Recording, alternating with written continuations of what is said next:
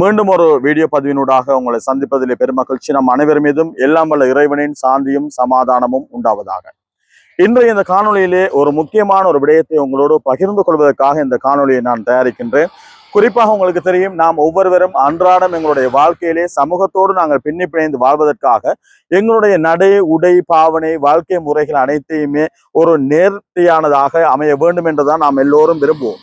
நாங்கள் சுத்தமாக இருக்க வேண்டும், எங்களுடைய உடை அழகாக இருக்க வேண்டும், எங்களுடைய முகபாவனை அழகாக இருக்க வேண்டும் விரும்புகின்றோம். இவ்வாறு விரும்புகின்ற மனிதர்கள் எங்களுடைய இடத்தை சுத்தமாக வைத்திருக்க வேண்டும் என்று விரும்புகின்ற நாங்கள் எங்களுடைய உள்ளத்தை சுத்தமாக வைத்திருக்கின்றோமா என்று கேட்டால் பலருடைய உள்ளங்கள் அசுத்தமாகவே இருக்கிறது. என்ன காரணம் அப்படின்னு சொன்னா, ஒரு சிறியதொரு உதாரணத்தை உங்களோடு நான் பகிர்ந்து கொள்கின்றேன். உங்களுடைய வீடு சுத்தமாக இருக்க வேண்டும் என்பதற்காக அந்த குப்பைகளை அள்ளி பொதுமக்கள் நடமாடுகின்ற ஒரு இடத்தில் நீங்கள் கொட்டுவீர்களாக இருந்தால் உங்களுடைய உடலும் உடையும் அழகாக இருந்து எந்த பயனும் கிடையாது. ஏனென்றால் உங்களுடைய உள்ளம் அசுத்தமாக இருக்கிறது. இவ்வாறு தான் நாங்கள் வெளித்தோற்றத்திலே நாங்கள் மக்களுக்கு ஒரு நல்ல விடயத்தை பேசுகின்றவர்களாக இருந்தாலும் எங்களுடைய உள்ளம் ஒரு அசுத்தம் நிறைந்ததாக இருக்கிறது. எனவே நீங்கள் முதலிலே உங்களுடைய உள்ளங்களை சுத்தப்படுத்த வேண்டும்.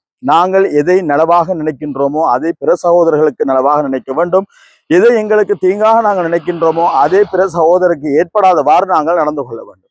எனவே உங்களுடைய குப்பைகளை உங்களிடத்திலே வைத்திருங்கள் அல்லது உரிய முறைப்படி அகற்றுங்கள். வீணாக பொது இடங்களிலே இந்த குப்பைகளை கொட்டுவது, அடுத்தவர்களுக்கு இடையூறுகளை விளைவிப்பது போன்ற செயல்களிலிருந்து நீங்கள் தவிர்த்து கொண்டு முதலிலே உங்களுடைய உள்ளத்தையும் உங்களுடைய இடத்தையும் சுத்தப்படுத்தினால் உலகம் தன்னால் சுத்தமாகும் என்கின்ற ஒரு விடயத்தை இந்த காணொலியினூடாக உங்களோடு பகிர்ந்து கொள்கின்றேன். ஜஸாக்கமுல்லாஹ் ஹைரா. மீண்டும் இன்னும் ஒரு காணொலியில் சந்திப்போம். அஸ்ஸலாமு அலைக்கும் வரஹ்மத்துல்லாஹி வபரகாத்துஹு.